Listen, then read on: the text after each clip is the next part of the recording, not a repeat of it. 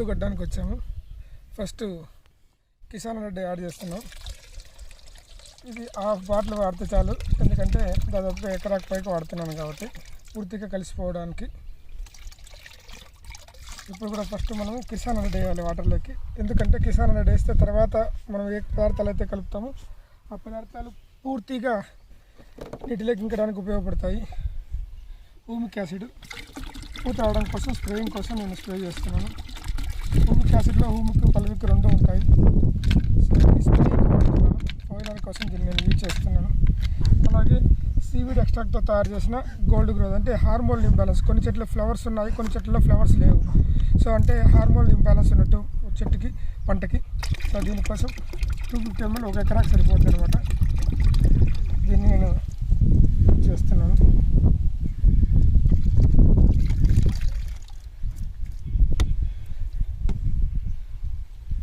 Fruits growth అవ్వడానికి ఖచ్చితంగా amino acids అవసరము, అందుకని అమినో విట్ యాడ్ చేస్తున్నాను.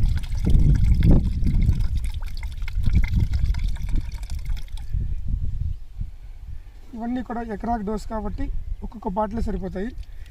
నా పరిస్థితి ఏమంటే, నా పొలంలో కొన్నింటికి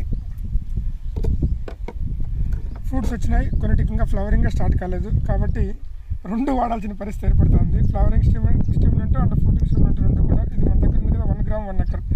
సో ఆ ప్రోడక్ట్ నేను యూజ్ చేస్తున్నాను.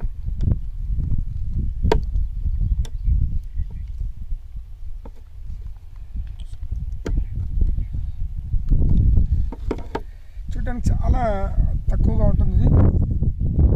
So 1 gram for 1 acre.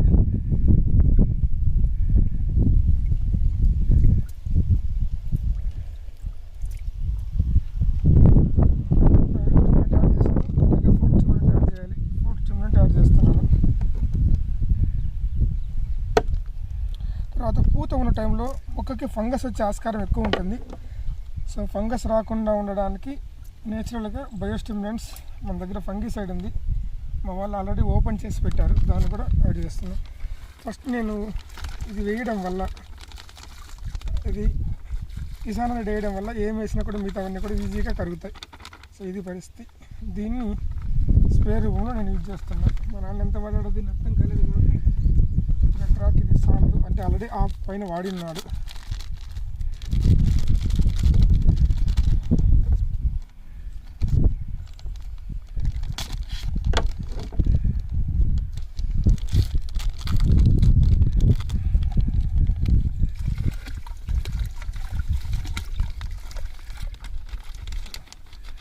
వీటిని ఇప్పుడు స్ప్రే రూపంలో మనం యాడ్ చేసుకుంటూ మొక్కకు స్ప్రే చేసుకుంటూ వెళ్దాం. ఎటువంటి పురుగు మందులు లేదా ఎటువంటి వేరేటివి ఏంటివి కూడా యాడ్ చేయలేదు, పూర్తిగా మన ప్రొడక్ట్స్ యూజ్ చేసాము. పంట చూడండి ఎలా ఉందో. ఒక 17 రోజుల తర్వాత ఈ పంట ఎలా ఉంటుందో మీకు చూపిస్తాను. Thank you.